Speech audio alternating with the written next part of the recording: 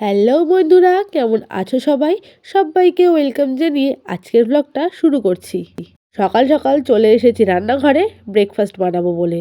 তবে এখন কর্তামশাইয়ের সকালের খাবার তৈরি করছি।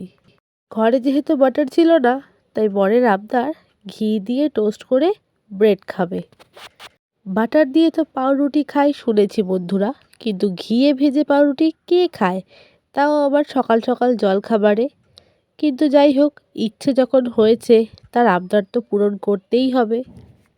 তো বেশি করে ঘি দিয়ে একদম 2 পিঠ উল্টে পাল্টে কড়া করে টোস্ট করে দিলাম। তার ওপর থেকে দিয়ে দেব চিনি।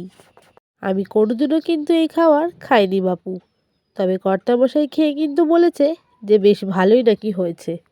আজ যেহেতু ছুটির দিন বাড়িতে রয়েছে, তাই আবদার। নাহলে সচরাচর সকালবেলায় জল খাওয়ার সময়ও হয় না, আর খেতেও পারে না। তো দিয়ে দিলাম চা, আর তার সঙ্গে জলখাবার। তো আজ জলখাবারে কিন্তু আমরাও এটাই খাবো। তা হবে বাপু, ঘি দিয়ে পাউরুটি ভেজে না, শুকনো ব্রেড সেকে চা দিয়ে খাবো। তো সকালের খাবার দাবারটা সেরে নিই। আজ আর আটা মাখতেও ইচ্ছে করলো না, আর রুটি করতেও একদম ইচ্ছে করলো না। নিত্যদিনের সকালের কাজকর্ম সেরে সকাল সকাল বসে পড়েছি জলখাবার নিয়ে। তবে আজকে শর্টকাট জলখাবার বানিয়েছি, যেহেতু কর্তামশাই রয়েছে বাড়িতে, সেই জন্য। বাচ্চা কাচ্চাগুলো চলে গেছে স্কুলে, তাই বাড়ির পরিবেশটা কিন্তু একদমই শান্ত। এইদিকে দিদিভাই বসে পড়েছে সবজি কাটাকুটি করতে। জল খাওয়ার খেয়ে চলে যাব কিন্তু বাকি রান্নাগুলো সেরে নিতে। দরজা খটখট করতেই খুলে দেখলাম পাশের বাড়ির কাকু এসেছে তাদের গাছের মানকচু নিয়ে। তবে অনেকটা পরিমাণে কিন্তু দিয়ে গেছে। মানকচু খেতে কার কার ভালো লাগে কমেন্টে অবশ্যই জানিও। দিদি ভাইয়ের ছোট মেয়ে কচু খেতে ভীষণ ভালোবাসে, বিশেষ করে মানকচু। ওই যে একটা সিনেমা বেরিয়েছিল না শুভশ্রীর মাঝখানে, ইন্দুবালা ভাতের হোটেল, ওইটা থেকে মোবাইলে ওই ছোটো ছোটো করে ক্লিপসগুলো দেয় না, যে মানকচু বাটার একটা সিন আছে। ওইটা দেখার পর থেকে ও মানকচু খাওয়ার জন্য পাগল হয়ে যায়।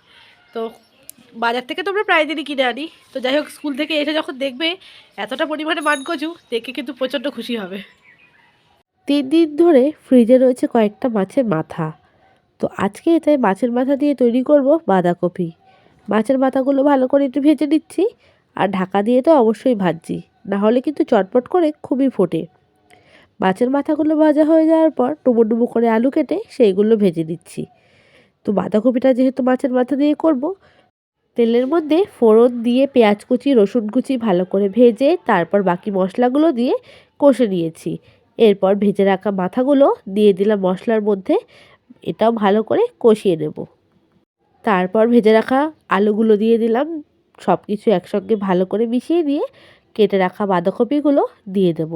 বাঁধাকপিগুলোকে আগে থেকে ভালো করে জল ঝরিয়ে রেখেছি। কড়াইটা যেহেতু একটু ছোট হয়ে গেছে, সম্পূর্ণ বাঁধাকপিটা কিন্তু একবারে ধরলো না। তো এই খানিকটা মজে যাওয়ার পর বাকি বাঁধাকপিটা দিয়ে দেব। অল্প একটু অবশিষ্ট পড়ে রইল। কিছুক্ষণ পর ঢাকনাটা খুলছি, বাকি যে বাঁধাকপিটা আছে সেইগুলো এর মধ্যে দিয়ে দেব। ওপর থেকে নিচ পর্যন্ত ভালো করে একটু মিশিয়ে দিই। মাছের মাথা দিয়ে বাঁধাকপিটা খেতে কিন্তু বেশ গরম ভাতের সঙ্গে ভালোই লাগে। মাছের মাথা দিয়ে বাঁধাকপি তোমাদের কার কার ভালো লাগে বন্ধুরা, কমেন্টের মাধ্যমে কিন্তু অবশ্যই জানিও। খানিকটা মজে গেছে, তো ঝুড়ির মধ্যে অবশিষ্ট বাঁধাকপিটাও দিয়ে দিলাম কড়াইতে। এরপর ভালো করে নাড়াচাড়া করে ঢাকা দিয়ে দেব। তার মাঝে ওপর থেকে দিয়ে দিলাম নুন। এটা কিন্তু অবশ্যই স্বাদ মতন দিতে হবে, নাহলে বেশি দিলে পরে নুন কাটা কিন্তু হয়ে যেতে পারে। তো বাঁধাকপি থেকে কিন্তু প্রচণ্ড পরিমাণে জল বেরিয়েছে। এটাকে ভালো করে কিছুক্ষণ আরও নাড়াচাড়া করে নেব। মিডিয়াম ফ্লেমে বেশ ভালো করে কিছুক্ষণ নাড়াচাড়া করলেই কিন্তু আমাদের বাঁধাকপি একদম রেডি। দেখো কতটা বেশি পরিমাণে ছিল বাঁধাকপি, আর সেইটা রান্না হয়ে মজে যাওয়ার পরে কতটা কমে গেছে। দিয়ে দিলাম গুঁড়ো গরম মশলা। ব্যাস, মাছের মাথা দিয়ে বাঁধাকপি আমাদের একদম রেডি। তৈরি হলো বাঁধাকপি। আজকে পুরো ব্লগ জুড়ে শুধু বাঁধাকপি আর বাঁধাকপি, সারাদিন আজকে বাঁধাকপি কাণ্ড। দেখা যাক এই বাঁধাকপিটা আর কত দূর পর্যন্ত নিয়ে যেতে পারি। রেখে আসি, হয়ে গেছে রান্না কমপ্লিট। বেরিয়ে পড়ছি মেয়েকে স্কুলে আনতে যাওয়ার জন্য। আসার সময় মায়ের বাড়ি একটু হয়ে আসবো, আবার সেই বাঁধাকপি কাণ্ড। আজকে পুরো ভিডিও জুড়ে কিন্তু চলবে বাঁধাকপি মানে কাণ্ড। দেখি বাঁধাকপিটাকে কত দূর নিয়ে যাই। আর এই যে তাড়া দিচ্ছে, 12টা বেজে গেছে তো সেই জন্য। চলে এসেছি বাড়িতে, এসে মেয়েকে স্নান করিয়ে নিয়ে ভাত বেড়ে নিয়ে বসে পড়েছি। মেয়ে তো খাবে না বাঁধাকপি, তাই ওকে গরম মাছ ভাজা করে দিয়েছি। তার সঙ্গে রয়েছে মুসুর ডাল সেদ্ধ, আর বাঁধাকপি তো অবশ্যই রয়েছে। আর মা কিন্তু আগের দিন পাঠিয়েছিল ট্যাংরা মাছ, সেইটা। আর তার সঙ্গে রয়েছে টমেটোর চাটনি। তাহলে বন্ধুরা, দুপুরের খাওয়া দাওয়াটা সেরে নিই। আর বাঁধাকপিটা খেতে কেমন হয়েছে সেটাও তো তোমাদেরকে অবশ্যই জানাবো। মেয়ের আবদার করলো খেতে বসে যে মা একটা ডিমের অমলেটও খাবো, তার জন্য ডাল দিয়ে খাবে, একটা ডিমের অমলেটও কিন্তু ভেজে দিলাম। আর সানার পাপা একটু পরে যেহেতু খাবে, আর আমাদের কিন্তু খিদেও পেয়ে গেছে, তাই চটপট কিন্তু খাওয়া দাওয়াটা সেরে নিই। তাহলে বন্ধুরা বসে পড়লাম, সেই বাঁধাকপি দিয়েই কিন্তু খাওয়াটা শুরু করছি। আজকে সারা ভিডিও জুড়ে কিন্তু রইল শুধুই বাঁধাকপি। খাওয়া দাওয়া করে উঠতে না উঠতেই হাতে নিয়ে বসে পড়েছি চিকেন পপকর্নের প্যাকেট। এটা নিয়ে এসেছিল আমাদের রিয়া রানীর বান্ধবী। ওর বান্ধবী বাড়িতে এসেছিল, তো ওর জন্য আসার সময় নিয়ে এসেছিল এইটা। তবে আমি কিন্তু এর আগে বাড়িতে চিকেন পপকর্ন তৈরি করে খেয়েছি, এরকম স্টোরেজ মানে ফ্রোজেন করা চিকেন পপকর্ন আগে কোনোদিনই খাইনি। টেস্ট তো অবশ্যই করব, তার সঙ্গে বাচ্চাদেরকেও একটু ফ্রাই করে দিচ্ছি। তো দেখো তেলের মধ্যে দিয়ে ফ্রাই করা কমপ্লিট হয়ে গেছে। আর বাকি যেগুলো রয়েছে সেগুলো কিন্তু একটু লাল লাল করে ফ্রাই করে নেব। সস নিবি? না, ও সকাল থেকে তো সস খাচ্ছে। হ্যালো, দেখো, খাও খাও। বাবা এদিকে তাকাও, এদিকে। কেমন টেস্টি? ভালো বাবা? সস নেব না, বাবা এদিকে তাকাও, সকাল থেকে সস খাচ্ছিস। ভালো খেতে? একবারই নিয়েছি। তো সোজা চলে আসলাম রাতের বেলায়। আর আজকে রাতের মেনুতে ছিল কড়াইশুঁটির কচুরি। স্টাফিংটা কিন্তু দুপুরবেলায় তৈরি করে রেখেছিলাম, এখন রাতের বেলায় গরম গরম ভাজবো আর সবাই খাবে। শীতকালে কড়াইশুঁটির কচুরি কিন্তু এবার প্রথম বানালাম। আর যেহেতু আমাদের ওয়াইটিতে প্রচুর কড়াইশুঁটির রেসিপি রয়েছে, তাই এটা কিন্তু আর শেয়ার করলাম না। কড়াইশুঁটির কচুরি তৈরি করতে করতে বাবার হঠাৎ ফোন এলো যে মায়ের ভীষণ শরীর খারাপ করেছে। তো এখানে রান্নাবান্না ফেলে মাকে নিয়ে সোজা চলে গেলাম কিন্তু ডাক্তারখানা।